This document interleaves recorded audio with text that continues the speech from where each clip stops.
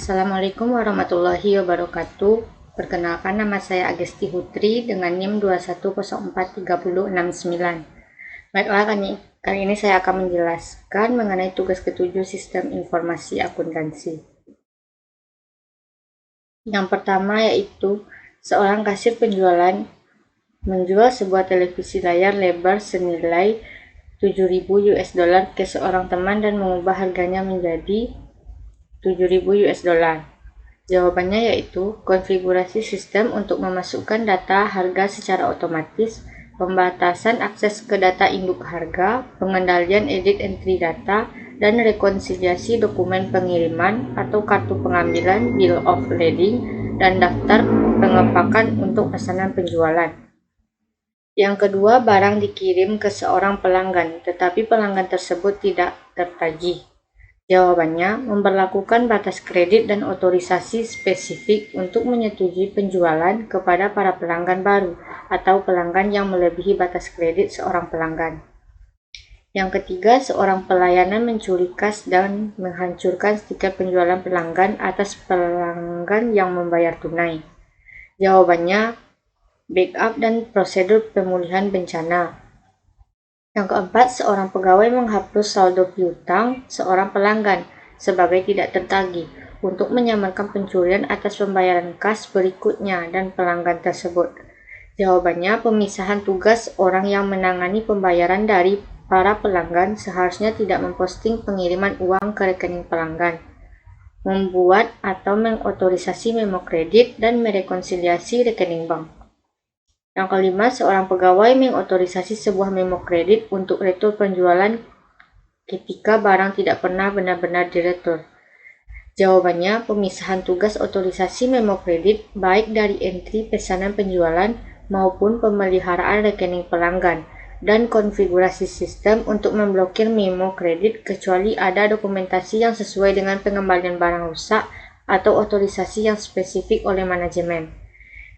Yang keenam, pekerja di DOK pengiriman mencuri barang, mengklaim bahwa kurangnya persediaan menunjukkan kesalahan dalam catatan persediaan. Jawaban, petugas inventari harus menghitung dan mendokumentasikan barang. Ketika mereka meninggalkan tempat penyimpanan persediaan, petugas pengiriman harus diminta untuk menghitung dan mendokumentasikan penerimaan barang dari gudang barang jadi untuk mengakui tanggung jawab atas penyimpanan barang yang ditransfer. Soal kedua yaitu O'Brien Corporation adalah sebuah produsen instrumen industri yang dimiliki secara privat yang memasuk perlengkapan presisi bagi para produsen maiswet. Kantor administrasinya terletak di sebuah gedung pusat kota dan departemen produksi, pengiriman, dan penerimaannya ditempatkan di sebuah gedung yang sedang direnovasinya beberapa blok jauhnya dari kantor administrasi. Para pelanggan menempatkan pesanan dalam situs perusahaan, melalui fax atau melalui telepon. Seluruh penjualan kredit tujuan FOB selama setahun terakhir penjualan telah meningkat secara dramatis. Tetapi 15% dari penjualan kredit telah dihapus sebagai tidak tertagih, termasuk beberapa pesanan online dan jumlah berbagai pelanggan pertama yang mengelak memesan atau menerima barang dagangan. Pesanan pelanggan diambil dan dikirim ke gudang, di mana pesanan tersebut diletakkan dekat dengan DOK muatan dalam urutan alfabet berdasarkan nama pelanggan. DOK muatan digunakan baik untuk pengiriman luar pelanggan dan penerimaan kiriman yang akan datang. Ada 10-20 kiriman yang datang setiap hari dari berbagai sumber.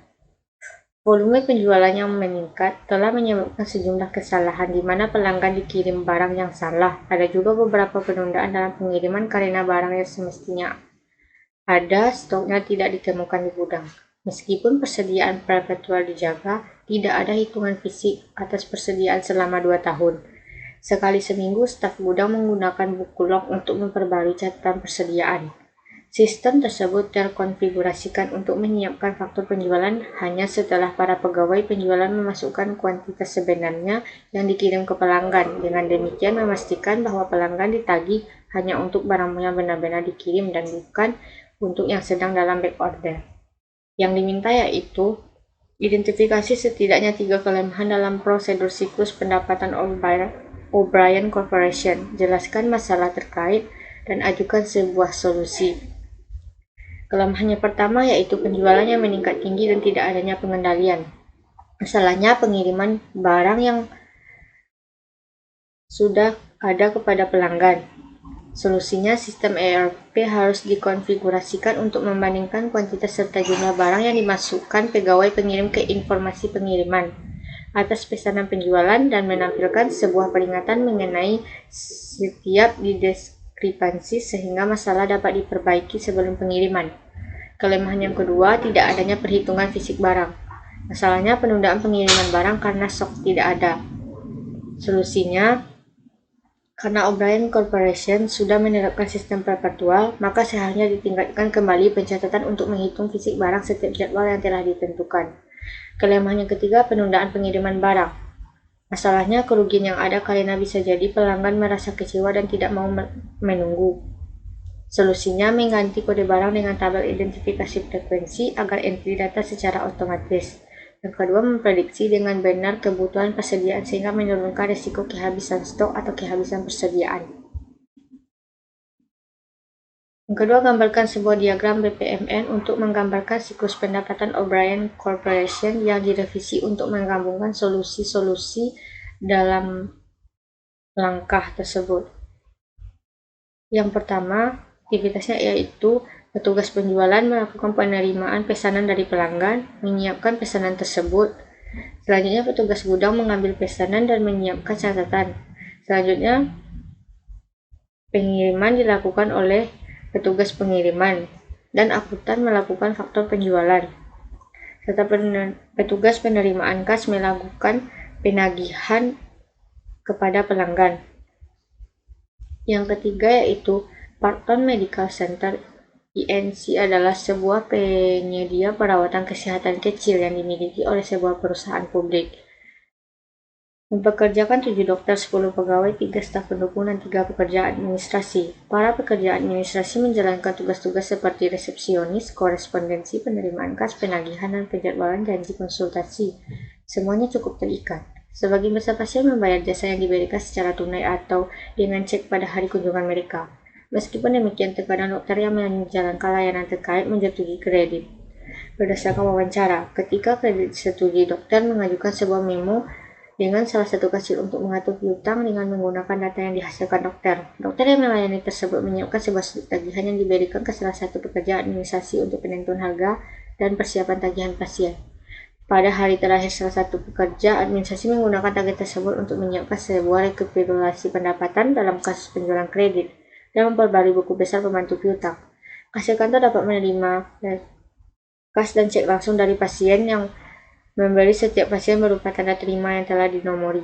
Para pekerja administrasi secara bergantian untuk membuka surat. Pekerja administrasi yang membuka surat pada hari itu segera mengecek seluruh cek hanya untuk setoran. Setiap hari sebelum makan siang, salah satu kasir menyiapkan sebuah daftar seluruh kas dan cek untuk disetorkan ke rekening Parton. Kantor ditutup sejak jam 12 sampai jam 2 siang untuk makan siang. Selama waktu tersebut, manajer kantor mengambil setoran harian ke bank. Selama istirahat makan siang, pekerja administrasi membuka surat pada hari itu menggunakan daftar penerimaan kas dan cek untuk memperbarui piutang pasien. Layanan taman dijalankan setiap bulan oleh seorang akuntan lokal yang memasukkan rekapitulasi yang telah disetiapkan oleh kasir ke buku besar umum, menyiapkan laporan laba rugi, dan menyimpan file formulir pengkajian yang sesuai serta pengembalian pajak. Yang diminta yaitu identifikasi setidaknya 3 kelemahan dan prosedur siklus pendapatan Parton. Yang pertama yaitu karyawan yang membuat deposito bank sama dengan yang mengeluarkan memo kredit. Masalahnya manajer bisa mencuri uang tunai dan kekurangannya ditutupi dengan mengeluarkan memo kredit untuk jumlah yang dicuri. Solusinya harus adanya pemisahan tugas di mana deposito kas dibuat oleh karyawan yang tidak memiliki kewenangan dalam menerbitkan memo kredit dan tidak berhubungan dengan piutang. Kedua, persetujuan kredit oleh karyawan atas layanan tanpa pemeriksaan kredit eksternal. Masalah yang akan muncul penjualan yang tidak dapat ditangani